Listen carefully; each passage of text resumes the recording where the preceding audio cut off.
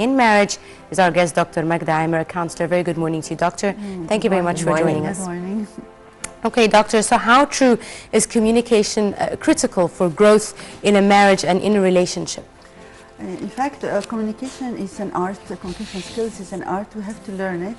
And I have to stress on three components in communication skills. We've been elaborating this in details before with a previous session with you. It was first that we have the verbal component, which accounts for only 7%. I mean, whatever you utter as a word, account for your communication for only 7%. Then I want to stress on the second one, which is account for 55%, which is the body language. Body language, it means your gesture, your facial expressions, how you react with your shoulder, etc. And then the third one will be the non-verbal, which is account only for 38%, is the tone of your voice. So at least we start by this as we recall whatever you said, and then we start by our topic is regarding men and women. First, men and women, they are different. They are not competing with each other. They are two entities that are complementing to each other. The whole universe is created by two entities, the yin and the yang, according to the Chinese medicine, or the positive and the negative. Each one plays its role perfectly, and no one can replace each other. I mean, the stem cannot play the role of the roots, and vice versa. So this concept is very important to build up a healthy relationship between husband and wife, that we're here to complement each other.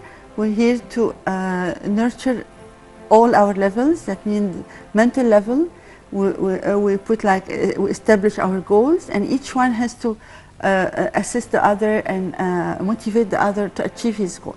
On the emotional level, it's very important to discuss together and to feel free to express whatever you feel.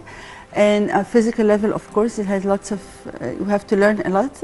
So it's a whole concept, how especially not to adopt what we call win-lose concept, that we know we're here to compromise.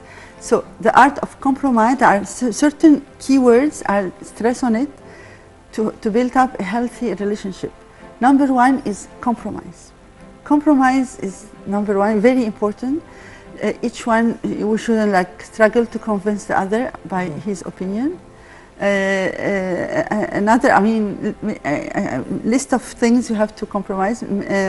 Instead of accusing the other, we should replace the accusation by appreciation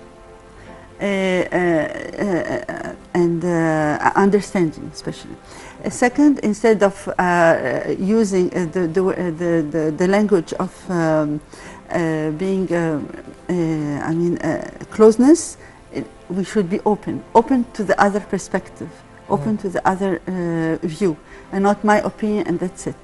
Since both men and women communicate differently, as you've mentioned, because they are different, so sure there are challenges. How can you help them bridge the gap? First, as you said, number one is, second will be flexibility. Instead of being rigid to each other, they have to be flexible. Because in NLP, it was found that we have to accept people as they are. The only way to really to build up this good relationship is to be flexible. Change your way if it doesn't work. Another way also is, I'll just check, is instead of complaining, you better be appreciation, because man seeks to be appreciated. So if women doesn't understand this, they will look around somewhere else. So the Prophet ﷺ, he said, يا معشر النساء تصدقنا فإن كنا أكثر أهل النار. Then that means the Prophet was advising women to give charity, money for charity, because they used to يكفرن العشير, that means they used to complain a lot about their husband. So this is one of the big mistakes, is complaining. So we replace complaining by appreciation. We replace rigidity by flexibility. We replace defensiveness by openness. And we replace silence by sharing. Sharing is very important. We are one person. I mean, any problem has to be shared together. We have to show sympathy, empathy, and especially if the husband feel depressed, never ever feel the opposite, that you are happy. You have to share whatever his feeling is. This is part of the art of communication. Also, we have to shift the negative thoughts by positive thoughts. Positive thoughts, that means focus on at least three qualities. I'm talking to women, especially today. So at least women have to focus on three qualities for her husband, and never recall whatever has been finished in the past. So forget about the past. About the past, and then generalize it. You always do so and so and so. Never use the word always, because this has happened once or twice. So you have to limit your thoughts and your focus. Also, among the advices is for women, especially. It was given by a lady, an Arab lady, that has given a list of advices for her daughter before marriage. She told her, be a center of attraction, center of comfort. ومن آياته أن خلق لكم من أنفسكم أزواجا لتسكنوا إليها وجعل بينكم مودة ورحمة إن في ذلك لآيات لقوم يتفكرون. Here, when we translate it, that means women has to learn how to be the center of comfort. A second, that means she, like Khadija did, the Prophet's wife, whenever he was in distress, and after the revelation of the spirit, I mean, the angel, Archangel Gabriel, he was really shaken, and he went to see her. She reassured him. So it's very important for a woman to have this art of reassurance for her husband, and she just recalled his qualities. So this is like, how come anything bad will happen to you, though in fact you have lots of qualities, like helping the poor, you're saying the truth, you're very generous to the host, and so on. So another thing for the women, I give her advice also to be a perfect listener. A perfect listener for the husband, it means she has to pay attention, not to overlap the corners together. That means what? While he's talking to her, she's busy doing something else, or answering the phone of a colleague. This is another social corner or professional corner. How come you mix it with the marital one? So you have to be focused and give quality time. Quality time means you really pay attention and then rephrase what he said. Never, of course, let him feel that his speech is unworthy. And at the end, my precious advice will be how to admonish your husband, and this is very hateful. Men dislike to be admonished. So we adopt what we call sandwich technique. Sandwich technique is what is, suppose you want to criticize something and stop him doing whatever, you don't go and just directly and say, don't do this.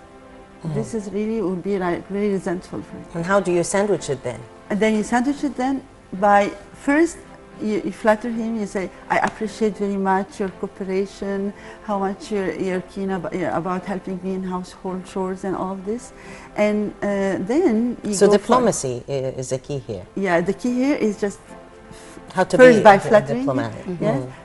Yes, exactly, diplomatic. And then in the middle, you start to say, but you know, your desk is very messy. It will be really nice of you. And rather than giving orders. Instead of giving orders. Doctor, let me ask you. At the end, you finish by, again, another good aspect. Right. Of course, this is all well and said, but the problem, of course, arises when there's an argument or there is anger in the equation. It seems that people might forget some of this very precious advice. So tell me, how can communication skills be learned? I mean, surely you need to practice how to communicate in such a way that doesn't block communication between you and your husband. Sure. Especially when there is an argument, we have to go to the point of attraction. Whenever point of attraction, it's a phase when they get to know each other in the beginning, and then there is a peak of attraction, peak of perfect relationship. We have to recall this and focus on it, and never focus on any disagreement. This is number one. So we remind each other, you remember when you were in the honeymoon, or any good things that happen, any events, nice. So, because why? The subconscious mind cannot concentrate on two things at a time. You either focus on the positive or the negative. So one will cancel the other. So this is an art. Second, you choose the best time to argue together. And so time is very important. When he's busy, he won't be receptive, of course. So this is an art again to select the time. Third, I'll advise never ever leave a problem or arouse a problem and then leave it open before you sleep. Because you have to really finish and sort out the problem before sleeping, because while sleeping, everything is amplified through the subconscious mind, and instead of resolving the problem, it is multiplied and complicated. So this, and never also use hurting words, because even if the problem is solved, hurting word lasts forever, and you just keep on, it remains in your mind and it affects you negatively. Also about the advices is never link between love and the negative things that happen, like I don't love you anymore because you've done so and so. No, this is like you hate the sin, as we say in Islam, but you don't hate the sinner. So like separate between both is very important. And don't generalize. You always do this and this. This is very, very important. Focus on minor, it is a minor problem. And again, go for the three qualities. Put yourself in his shoes and say why he behaved so. Maybe there is at least 1% mistake I've done. This is very rare. When you blame yourself, you have to learn how to say, maybe I shouldn't do this anymore because it really hurt him so much, whatever. So it's a whole art, how whatever he dislikes, you avoid. You have the list, and you know well what you're doing. And whatever he likes, or the opposite, you try to please him by whatever he likes. It's you have to learn, it's a whole art of communication, and you have to know that a word can change from a horrible relationship into really harmony. A nice gesture, it could be really touching in his heart. Among the advices of the ladies, the Arab ladies, to her daughter, she said, be an attractive point for him regarding how you look like, how your smell, never smell bad, never let him smell any nasty odor, and keep the smile. And this is like a key word and a golden rule for the Prophet ﷺ, he gave us to, is to keep smiling, because smiling is an act of charity. Right. I guess we should end here on that optimistic note, so that we will keep on smiling the rest of the day. Dr. MAGDAH AMER, marriage counselor, thank you very much for being here. Thank you very much indeed, Doctor. And now we go to Risala, a non-profit organization powered by over 100,000 volunteers spanning 49 branches all over Egypt. It helps the Egyptian community through many activities. Rehan Morsi tells us more in her report.